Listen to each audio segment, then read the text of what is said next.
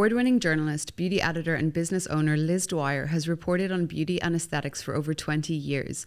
Based in Ireland, she has reported predominantly at Image Magazine, The Irish Times and at national Irish broadcaster TV3. She set up Beauty Bootcamp in the noughties and PR and Brand Lab in 2015. In 2019, she joined forces with her sister Nikki Dwyer, a corporate lawyer, to set up and run the Future Beauty Show. Future Beauty Show is the world's first live event dedicated to educating the public all about aesthetic medicine, tweakments, cosmetic dentistry and plastic surgery. Future Beauty Show is the world's first live event dedicated to educating the public all about aesthetic medicine, tweakments, cosmetic dentistry and plastic surgery. A web summit for the medical beauty world, it is hosted in Dublin annually and attracts up to 6,000 visitors, 80 exhibitors and 70 leading medical experts who discuss and demonstrate all the latest in aesthetic medicine, technology and medical beauty on various stages. Welcome Liz Dwyer to the LifeLab. Thanks for being here on Zoom. Thank you for having me. It's great to have you here. So Liz, we did a little bit of an intro on you at the beginning of the podcast about your career in journalism, in beauty journalism. Can you give a bit more background about how you found yourself in that career and how it started off? It stemmed from being a teenager. I was always reading the teenage magazines, for Ireland and UK it was Just 17 and Ms and more, and they were the most fascinating things I'd ever got my hands on. I didn't have big sisters, we didn't have the internet, so it was very hard to get information back when we were teenagers, other than, misinformation you pick up from your mates on the road and stuff like that. So for me, and also being a very Catholic country, sex and, anything to do with periods or anything like that was very hush-hush, and it was like, shh, doesn't happen, So different now. It's amazing how different it is now. But anyway, back then, that was our only, that was my lifeline, that was my big sister. So from a very young age, I wanted to do magazines. That's all I wanted to do. So I did a degree in communications, and within that degree, you could subspecialty within print, radio, or television. So print and photography actually were my preferred mediums.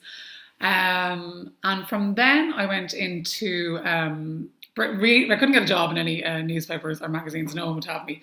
Was that just because you were a graduate? You mean you just because you... Yeah, no experience. Usual chicken egg situation. No experience, no job.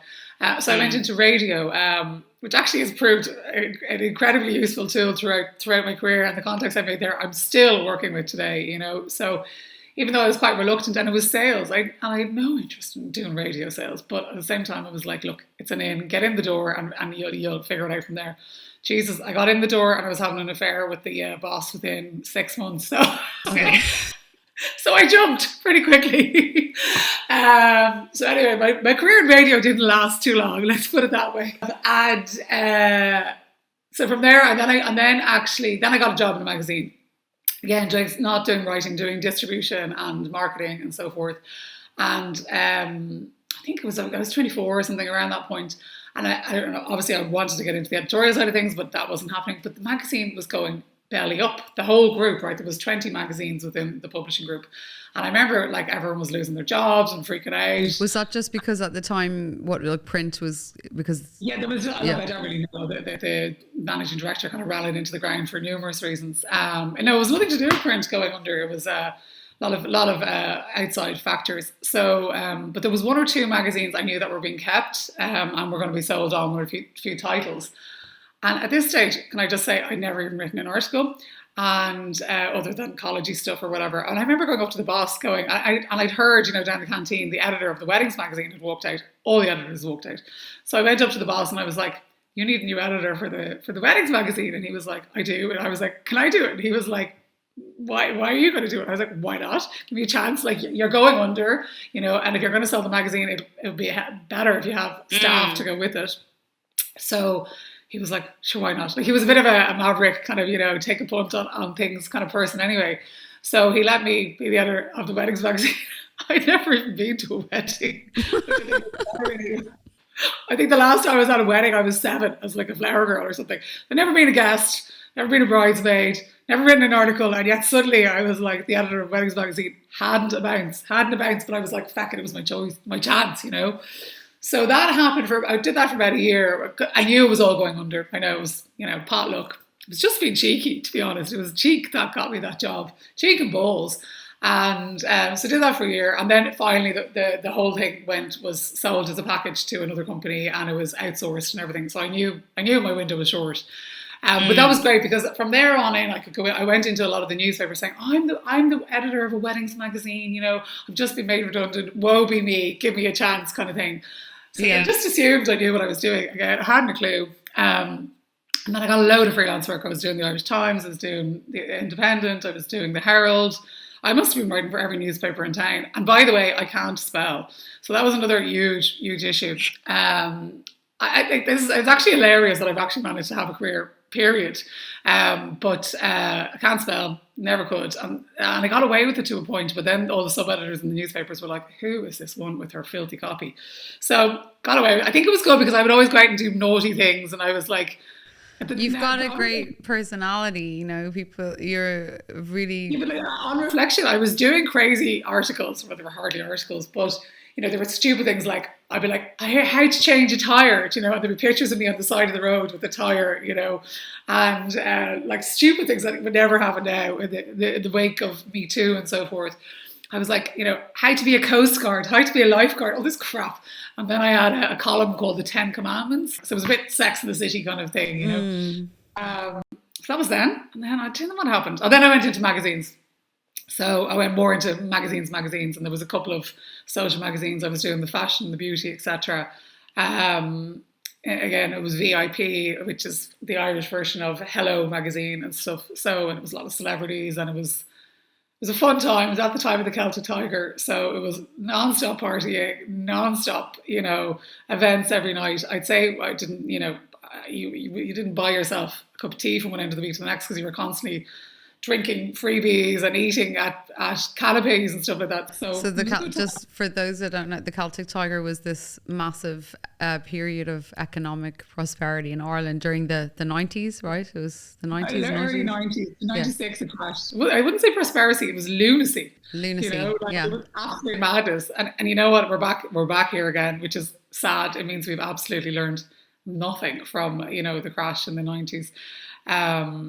I mean, Ireland and the economy and so forth. I mean, it's not just Ireland. Obviously, the whole world is having issues with cost of living and post-COVID and the war and everything.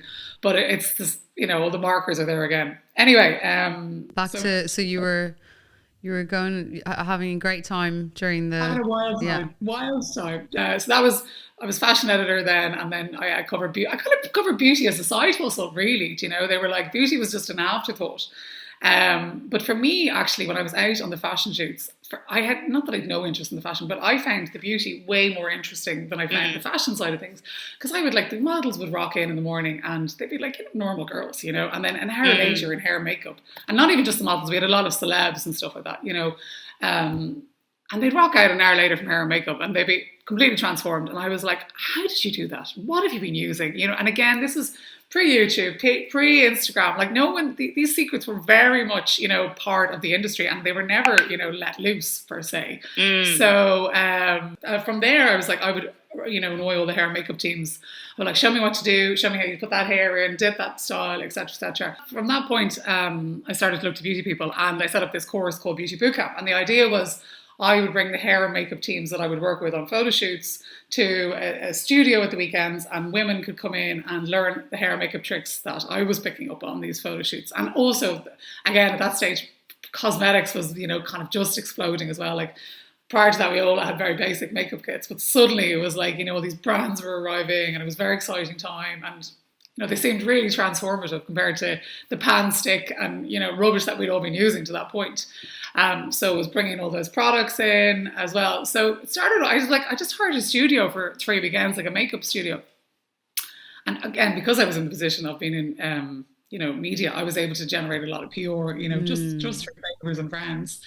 And I remember putting it up on radio or something like that. And I had 3 courses, and I was like, I wonder if I even sell these 3 courses, And I think, so let's say I needed 30 people to sell 3 courses, and I had 500 bookings within a week. Oh my God. So I was like, what am I going to do? So I remember at the time, I was like, right, we need, this isn't going to work. Obviously the demand is there, and we need to figure it out. So I remember getting all the tables built, to make the mirrors and everything with the lights and that kind of Hollywood kind of vibe. Very like Charlotte Tilbury, kind of as Charlotte Tilbury looks now.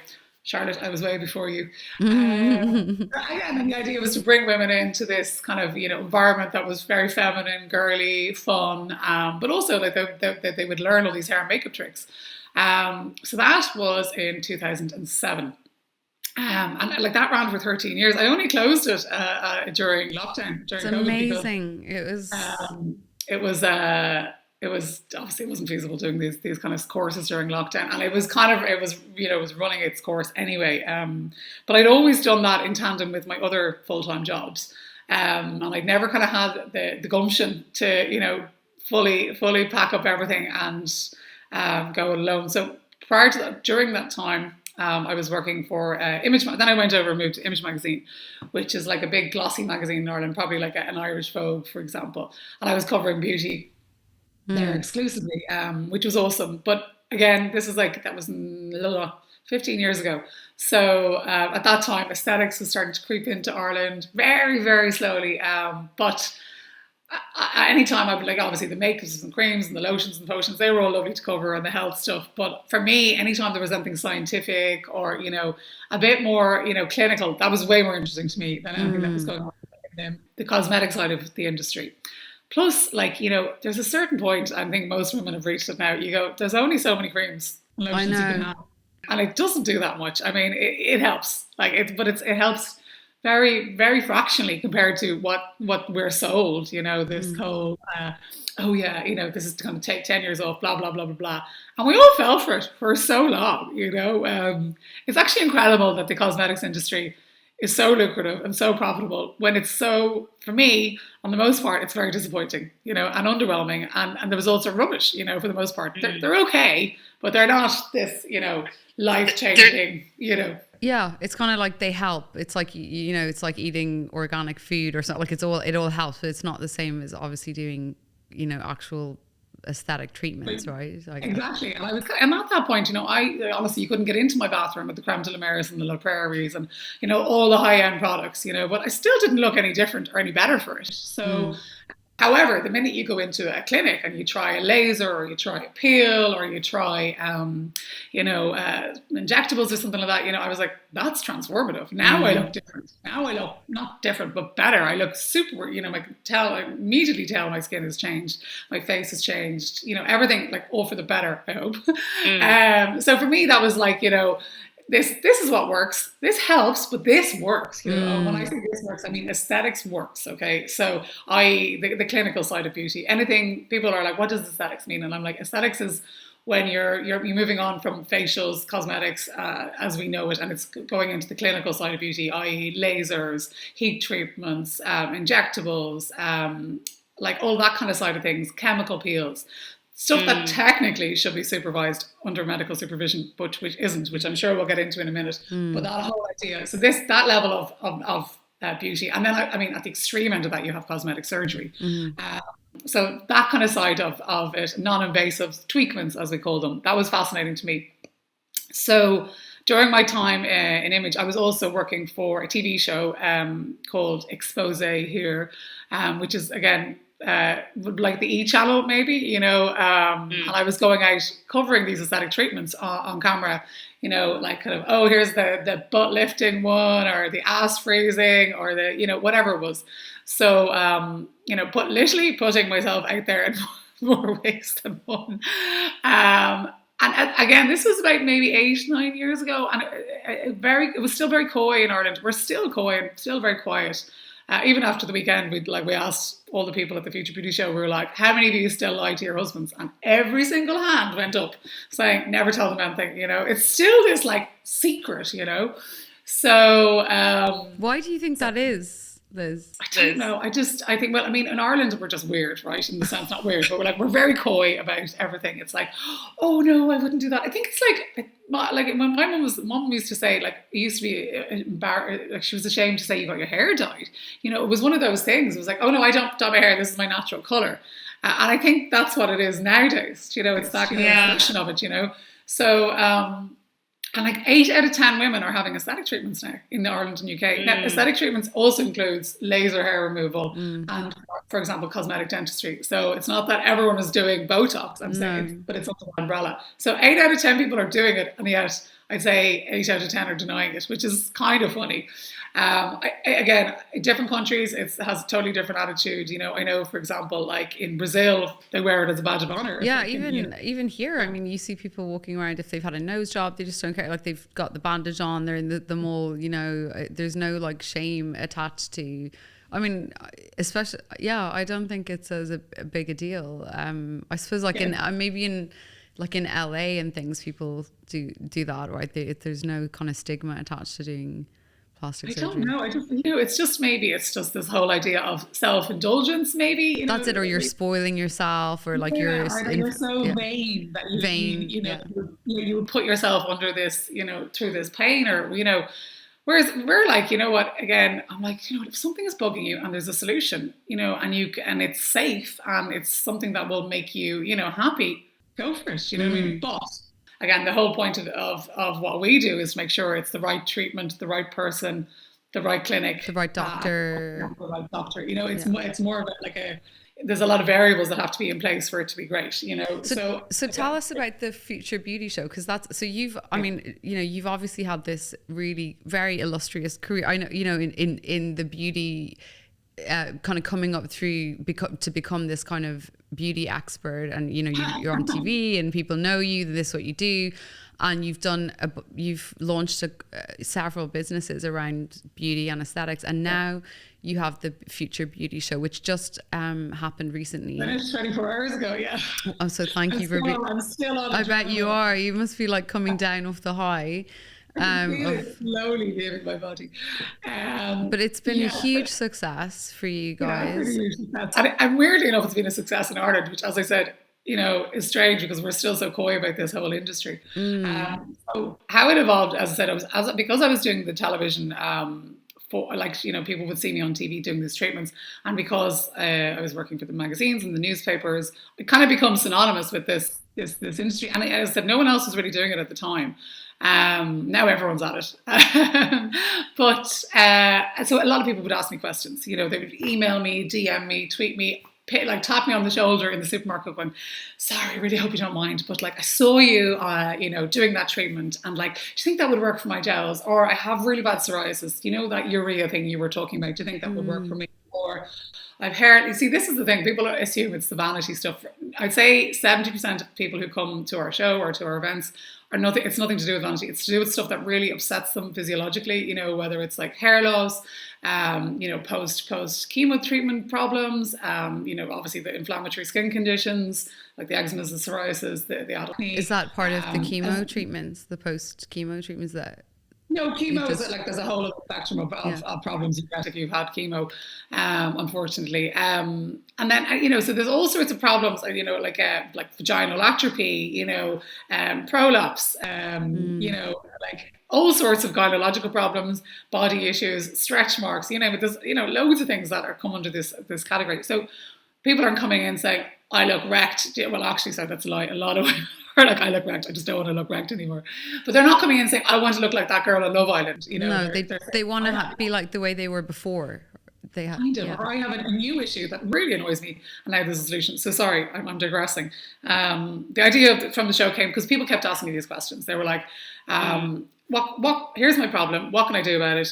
Who can I go to? How much is it going to cost me? Is it safe? Etc. So again, there's a lot of variables that everyone needs to take into consideration when considering any tweakment. And another part of this whole thing is that people need to realize it isn't a beauty treatment. It is a medical treatment with medical devices or prescription products, and it needs to be taken seriously. It should not be, I'm walking in off the street and getting my injections done. It's not that simple.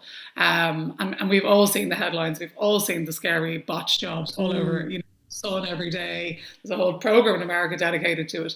So in the wrong hands, it's disastrous, it's life-threatening, it makes people blind, you know, there's horrendous problems.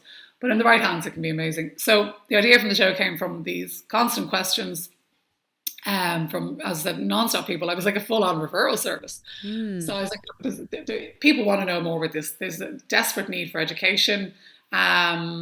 there's a desperate need for referrals. And I was kind of thinking of setting up a website originally, going, maybe it's a kind of a Tinder situation, like a matchmaking situation.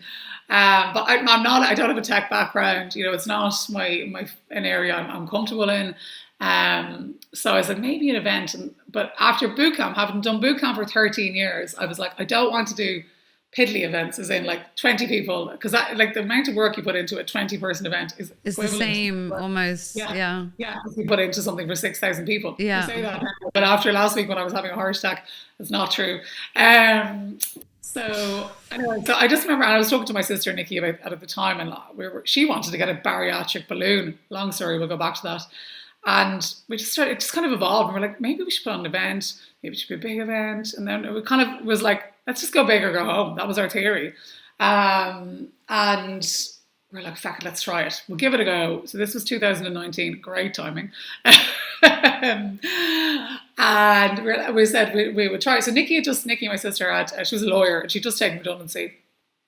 And she was kind of at a crossroads. She wasn't sure what she was doing. And I was still, working for all the newspapers, the usual, and had boot camp and so forth. But I kind of felt the need to, move on. And as the aesthetics had always been my darling of such a stuff that I like, and I do know there's so much misinformation out there, so much confusion, and so many people, doing the wrong treatments, wasting their money, and putting their bodies and faces and health at risk, So we had this idea to put on this huge event called Future Beauty. And the idea was we would have panelists, main stage panelists, conversations around all these topics. Like, for example, we've just had the one this weekend. We just had the 23 show this weekend. And the topics were like, we had a full talk on orthopedic health, right? Which you're kind of like, how does that overlap? But it does, because you're like, the skin is here, but like the skin is the tablecloth, but underneath is the table. And if you don't look after the table, underneath, i.e. your bone structure or skull structure, it doesn't matter what you do to the tablecloth, it's going to fall on top of each other. That's so true. So we have orthopedic help. We had weight management, which is a big thing, because obviously there's such a buzz now around Ozempic, Saxenda, Wegovy, all the weight loss injections. Are they safe? Do they work? So forth. So there's that. Then there's like obviously we have the Botox talks, we have the fillers talks, we have the heat treatment talks. Should we be doing microneedling? Is radio frequency, dangerous? All of these kind of conversations. A lot of gynecological talks. We joke we could call it the vagina show, because that is the most attended talk. Everyone's rocking in, and because there's so much you can do for your vagina nowadays. You can sit in a chair and like zap it back into its honeymoon state, apparently. But it also helps with stress incontinence. It helps sexually. It helps with their pelvic floor. Sure. We have all live talks with incredible medics, like doctors, dermatologists, surgeons, orthopedic surgeons, scientists, stem cell specialists. Like there's so much to learn. And again, these are all people I've met through my line of work, which I've been extremely privy to, and privileged to meet. And I always learn from them. I'm like, this is when I sit down and I hear these conversations, I'm like, what? I never knew that. So again, this is what we wanted to bring to the show, this idea of a panel discussion. It's like Loose Women. It's not like someone getting up there and giving a lengthy presentation about cells and mitochondria or anything. It's like a conversation that you'd be having with your friends going, I have this problem, what's going to work? And generally we try and give you options from the non-invasive, like holistic side of things. It could be acupuncture right through to surgical, and then everything in between. So, and we try to get different experts who have varying opinions, so that if you have a problem, you can make a decision. You kind of listen to them and go, you know what? I don't need to be going and getting a nose job. I could get a little bit of filler here, or maybe it's nothing to do with my nose. I could actually, it's my cheek volume or something, Often people they think they have something that is annoying them, but it's actually a completely different solution than they thought, So this is where the show evolved. It was 2019. So we have lots of expert main stage speakers. We have 6 or 7 different stages, 6 or 7 different things happening. And then we obviously have exhibitors, and people can come and try these tweakments, as we call them, little mini versions. Like, for instance, over the weekend, people were lots of hydrofacials, lots of the BTL, M-Sculpt, M-Cella, putting the pads on you, and he does 1,200 sit-ups in 30 minutes. The vagina chair, sit on that, 1,200 Kegels in half an hour, a lot of microneedling, dermabrasion, exosome treatments. So they can come and try these, meet doctors, nurses, dentists, scientists, and everyone who's involved in the show is medics. We don't do non-medics. And we don't do hair, makeup, tan, nails, any of that traditional side of beauty. That is for the other side of the industry. So we very much try to keep clinical, and it's so people can come and learn and be informed about what's available, and also cost. How much are these things going to cost? Because jeepers, like you'd be spending thousands, and in certain situations, you're like, actually, am I going to throw 10 grand, at this over the next 3 years? Maybe I should consider actually having a neck lift, or maybe I should consider getting a proper tummy tuck for the same price. And I'm going to be guaranteed a result, because a lot of the times these tweakments and so forth, you're not guaranteed a result, and the results might be way below what you were expecting. So sometimes that's a conversation that people need to have as well. So as I said, the whole idea of the show is that we've opened up this conversation. We're on year 2003 now, so we're on our fourth one now. So it's growing every year. We've just in our biggest one yet, just gone this weekend. I don't, everyone's like, how are your numbers? I'm like, I don't actually know. I have to go and go through the scanners and everything like that. But, I'd say we had maybe 5,000 people over the weekend, and we'd over 100 doctors speaking, and we had about 100 exhibitors. So it was a big event. It was a big event, yeah. Big event, and it was fun as well. We have lots of fun as well. It's a big girly day out as well. It's a girly day out, yeah. Yeah, it is. You could go with your friends. Girly. Yeah, there was a lot of men there. There was a lot of men. It's not like people are like, why do you never target men? I'm like, we just don't have, fundamentally, we don't have the budget. To target the male cohort, it's a whole other budget for marketing, for ad spend. You need a whole other dynamic for assets and everything. It's not that they're not welcome and they're not in this industry. They are. But it's like we don't have the spend to target males. What about the best advice you've ever received, or the advice that shaped your career the most?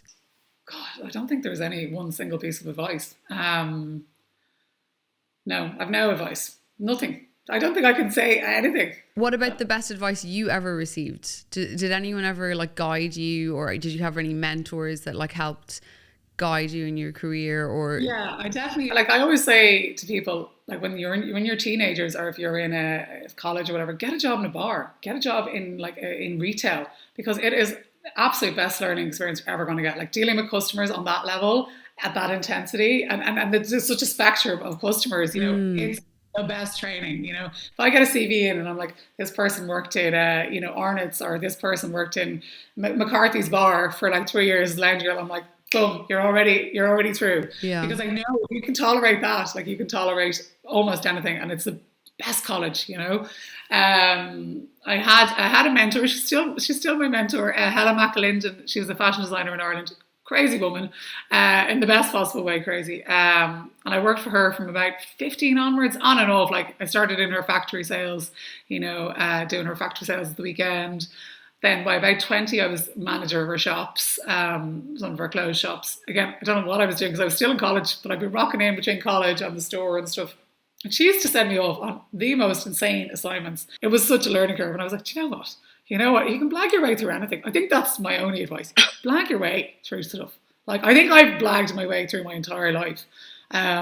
I know people say it's imposter syndrome, but genuinely I don't have the skills. I don't have the experience to back up most stuff, but I think I just blagged my way there by being cheeky and going, right, what? Screw it, let's do it. That is my motto. Richard Branson's motto as well. Yeah, screw it, let's do it. What's the worst that can happen? That's so good. I think inside going, shit, the worst has happened. It's really freaking bad. But you just have to try and write it off as experience, and it still happens. Even at the weekend, we made loads of mistakes, so many mistakes, and I'm like, how did we make that mistake? And we're not novices anymore, and we're still screwing up, But you're still doing it, you're always learning, and you're still. Yeah, and it's funny because Nikki and I, especially the last few months, has been really challenging. She's just had another baby, there's been lots going on background wise. And we seem to take turns in our anxiety levels, and I think it's really important to have someone to help you, or you can have a rant to and go, oh my God, and then they calm you down. And then the next day or the next 3 days later, they'll do it. And they can pull you down. So I think it's really helpful if you have someone who can, calm you down, talk you off the ledge. And then it's your turn in the next few days, because the problem on Monday could be the same as the problem on Friday, right? But if you're in a state state of stress and anxiety or something else going on, that problem can send you over the edge. Whereas on Mm. Friday, for argument's sake, you're calmer, everything's chill, whatever, You can you can handle deal with it. that problem. So it's not necessarily Yeah. problems. I think it's very much the mental state you're in, and that's very hard to control, I know everyone's like, do your yoga, do your breathing, blah, blah, blah. I do all that. Like, shit happens. And it's just, people say, oh, it's how you deal with problems. But for me, I can deal with the problem completely different on one day than I do next. It's what I'm in that day, what mental state I'm in. And plus you're juggling a lot of stuff there. Like you've got like kids and you've got a big business. And Everyone juggles. I mean, does anyone not juggle? True, I mean, yeah. I don't know a single person that, like, everyone's like, oh, I'm juggling, wearing it as a badge of honor. And I'm like, you and like 8 billion people. Cool, yeah. No, I don't mean to It's true. No, you're right. You're absolutely some right. people juggle, but there's not. I don't know a single person who just has a very clean life where they go to work, come home, do their exercises, etc. Everyone has stuff going on, and even if it's not work, kids, whatever, it might be sick parents, it might be personal issues. Yeah, of course. Scratch the surface on every single person, and there is like a hotbed of stuff going on underneath. Well, on that note, like, what does success mean to you? Like, how do you measure success? Money. Okay, that's a good one. Just straight up. Everyone's like, if you work for money, yeah, that's what they say. You'll never be successful. You have to have Nikki, again, my sister, she's all about, no, we need the why and we need the thing. And I'm like, the why is I need to pay my freaking mortgage and I have to put my 2 kids through school and I have bills to pay and I want to go on holidays and I want to get my, I want to be able to pay for my Botox and my tan and my hair, my nails and everything. And like, I'm not going to sugarcoat it. I'm sorry. Like, everyone has this like, oh, this altruistic, I want to help people and everything. I'm like, I need money. I'm sorry. Like, why else do we work? Fair enough. I know it's great to have, like, I love meeting people. I love, being, all this kind of stuff. But fundamentally, if I won the lottery tomorrow, would I work? Absolutely not. No way. I'm going off to an island and I'm going to have the crack for the rest of my life. So that's my why. That's fair enough. But like, obviously you do love this job as well. I mean, that helps. I mean, that's going to help you be successful, because if you didn't love it, you wouldn't be able to have, kind of like you're talking about those moments where you are a bit cheeky or you've got like a really great personality and you have the kind of confidence to go out and do things but you do it because you love it, right? So that helps. Yeah, I do. No, I do. Look, I do really love it. And what I like most is, like, I like results, right? And in aesthetics, right? And I'm like, I want that person to get the result that she wants, right? And she's not going to get it by doing X. She needs to go to Dr. Y, have treatment Z, and be willing to invest €2,000. And if she's not ready, if she has €500 and wants all this, you're better off not doing it. So and then I love when people come back and go, do you know what? It's sorted now. Thank you so much. Dr. Y sorted me out. Look at me. I'm like a different person, I love that. I also love doctors and dermatologists and surgeons and anatomy and science. I wish, my absolute biggest regret in life is not doing medicine. Really? 100%. Like, if I could go back to my 18-year-old, 21-year-old self, I would smack myself across the head 10 times and say, go do a postgrad in medicine, you idiot. Oh my God. I find it so interesting. And I remember around 30 years of age, I was like, maybe I should do it now. And I remember talking to someone about it. And I was just like, 7 years, I don't have the money, I've got kids, blah, blah, blah, blah, blah. And at 30, I thought it was too late, and it wasn't. I wish I'd done it then. I wish I'd done a U-turn and gone into it. I'd probably be in the same position I am now. I probably would have gone into aesthetics. Yeah. Probably would have be in the same industry, but I think obviously I would be at it from a different point of view. So that is my biggest regret. I wish I'd done it. So I do find that area absolutely riveting. Like, people are on, like, I don't know, Tinder at night. I'm on the anatomy app, like, looking at weird bones and muscles, going, that's just incredible. Like, that is like my porn, like, that is really interesting to me, and so I love that side of it. That's amazing. That was one of my questions, actually. Do you have any regrets? So that's that you huge regret. There is a 3-year course my sister was talking about now, and I haven't written it off. Yeah, you should. I might do a thing, but I still have other stuff going on at the moment. But I think I might do it, not even to practice, but just for you. I could do my own Botox. I'm only joking. No, just for me, because I love it. I find it really interesting, and I love doctors and dermatologists and surgeons and everything, and like, I'd love, like, sitting in an OR for a week and just pull back skin and stuff. Maybe that's creepy. Do you No, know? I think that's like you're passionate about it and you like to understand how it all works. And I guess that's really important in this in that I industry. love it. And the fact that you can change it, like that you can change muscular structure, you can change bone structure, you know, with aesthetics now is unreal. Like the fact that we can change ourselves, you know, and how our body works now with regenerative medicine, you know, like that's the most exciting thing to me, you know. I'm like, I think in about 10 years time, 20 years time, like we are all, I don't think we're ever going to age, first of all. It's going to be kind of creepy, you know, like everyone's going to stay at a certain point forever. There will be no old people, you know, or they will, but the ratio will be so different because they say children now are going to live till 100. It'll be their lifespan, you know. So the 80-year-old is probably going to look like a 60-year-old looks like or now, like a 50-year-old or 45. Like even the way now you see it on Instagram, it's like 50-year-olds in the 80s, and it was Blanche Devereaux from the Golden Girls. That's right. You know, and now the 50-year-olds are J-Lo and, you know, Jennifer Aniston, you know, and Kylie. They all look like what a 20-year-old look like now, you know. Yeah. So I reckon in 30 years' time, it's so advanced. Like even over the weekend, there was all these talks about exosome therapy, which is kind of like the next generation of stem cell therapy and where it's going and how incredible it is. Is it incredible? So it's just incredible. Like we could be sending messengers around our body saying, right, stem cells go, boom. Whereas stem cells were working in sports technology or sports medicine, sorry, and like helping with joint regeneration and so forth. But they took them into aesthetics and it kind of worked and it kind of didn't. And it's very hit and miss. And we've had PRP, i.e. the vampire facial. Again, it's volatile. It doesn't necessarily work for everybody. And it very much depends on your blood. I.e. if you're putting the blood of an 80-year-old woman back into an 80-year-old woman's face, it's 80-year-old blood, you know, and 80-year-old cells and 80-year-old stem cells. They're not the same as, an 8-year-old's. So with exosomes, there's all sorts of new ways now to treat this. And that's where it's going to be like in 5 years' time, or maybe 10 years' time, I'd say we'll all be like exosomes for breakfast, stem cell shots for lunch, you know, like we are going to keep ourselves very young. And it might be weird, you know, but it's on the way. It's on the way. But it also means disease and, you know, all of these kind of things, they all work together. Like with COVID, you know, the COVID vaccine opened the gateway for loads of other vaccine technologies to arrive. Actually, even the exosome therapy we were talking about over the weekend, they've discovered now they're used their FDA trials for long COVID lung infections. The people who got COVID lung problems they're now using exosome therapy for their lungs, and it's really helpful. Wow. So that's amazing. Yeah, so they're using exosomes in their lungs to help repair the damage from COVID. From long COVID. Yeah. That's amazing.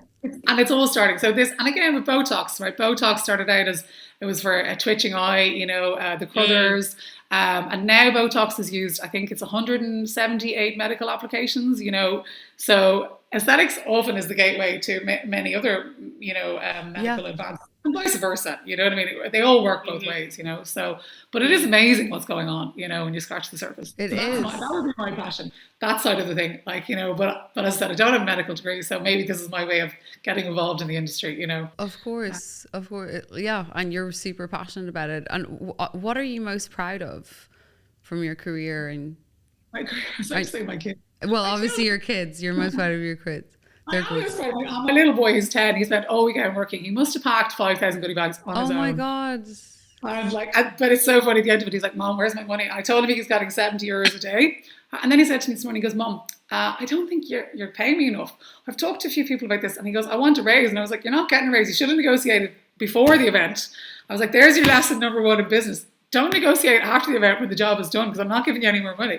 I was like, but going forward, yeah, you've learned your lesson. If you negotiate your price before. So I'm most proud of him. He worked really hard. Oh my boy too. Yeah. That's amazing. So they're little workaholics too. So that's good. That's awesome. They're really, that was so good. Like 10 years old, helping his mom the whole weekend. 10 years old. And I'm telling you, he wiped the floor with everyone else who was there. Like, so he was great. Great little boy. Oh my God. Mad for money. Mad for the cash. That's all he wants. He's like about $3,000 in his bank account. He's more than me. And he's like, I'm like, what are you going to do with your payment this weekend? Like, I thought we wanted to go to the Lego store. And he's like, I'm going to do investments.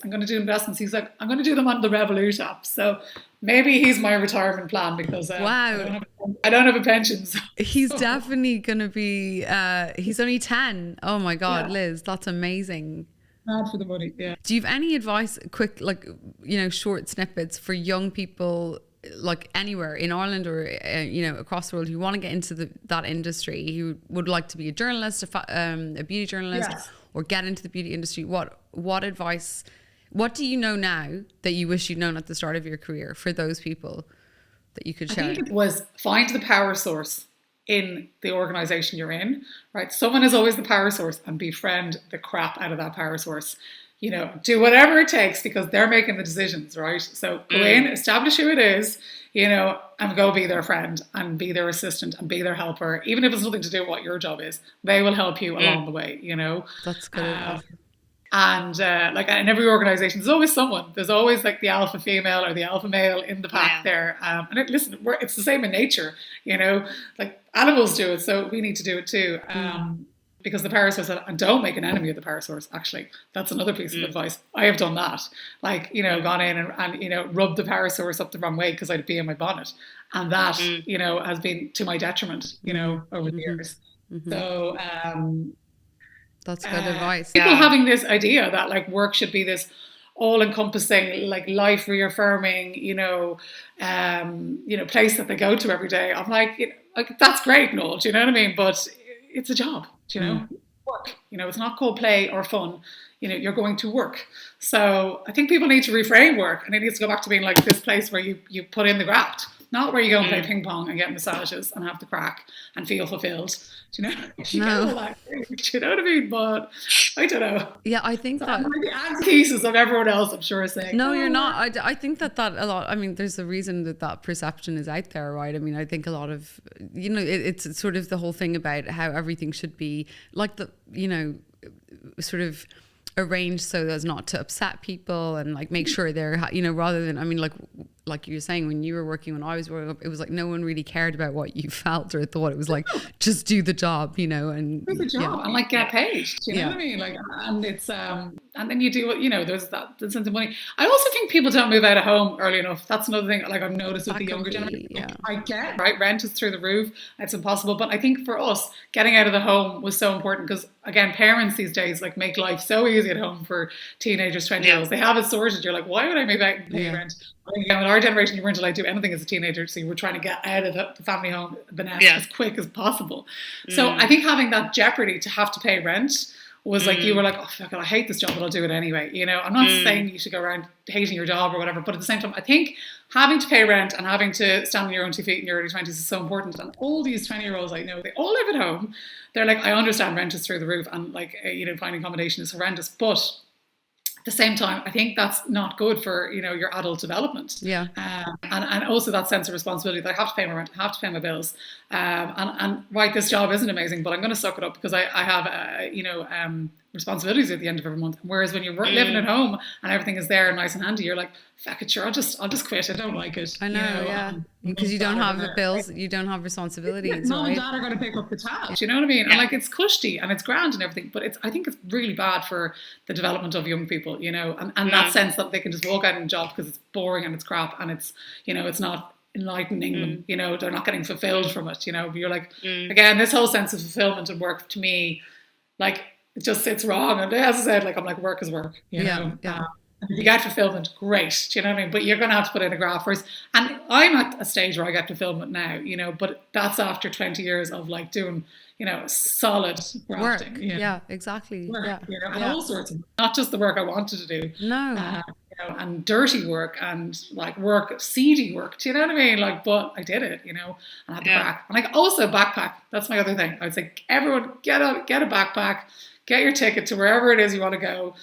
And like suck it up when you get there as well. Again, I've like disappeared all around the world with like 200 quid in my pocket, you know, and blagged my way around the world basically, you know, and that was such a learning curve as well. Yeah. And I stayed in awful places, but you know, met the best people, was exposed to the, you know, people from all different walks of life, and I'll never get that again. Now staying in hotels or apartments or anything, you know.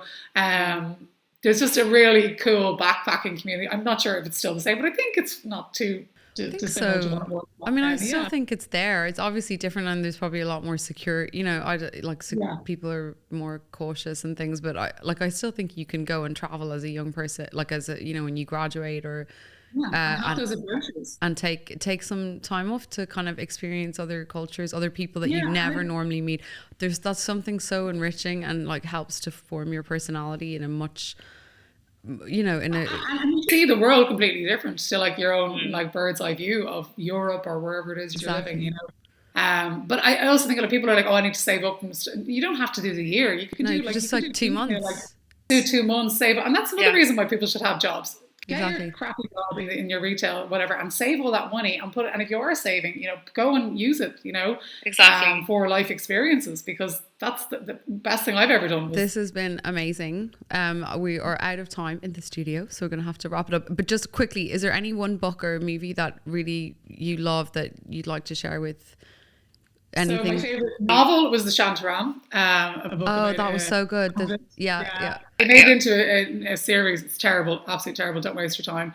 And then my favorite life book is called Broken Open. Oh, that's so good. Elizabeth Day. If you're ever having a problem or your life's falling apart, read this book. Game changer. It was very much my. It got me over a lot of crap in the last few years, and highly recommend it to anybody. Anyone who's going through any like bad times. Or if some friend of yours has gone through bad things, gift it to them. Broken Open. Okay, that's brilliant. Liz, this has been an absolutely lively, riveting, super fun conversation.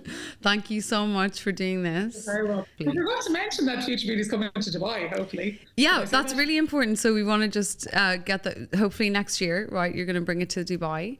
Say something about it. Yeah, so we'll, you know, to check out the website and keep your social media, obviously, for updates on when it's going to be in Dubai, because that's going to be really exciting. Pardon? Say again?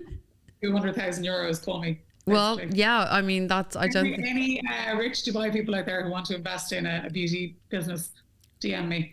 And we can talk. I don't think that's going to be a problem, because it's a big success in Ireland, and I think it will go down so well here. So I'm sure, I'm so excited to see it here, and it's going to be a great thing to bring to Dubai. So hopefully 2024 you'll see it here, inshallah. Yeah. Liz, thank you so much. Okay, and we'll speak to you soon. Okay. Thanks. Have a great day. Bye, Liz. Bye.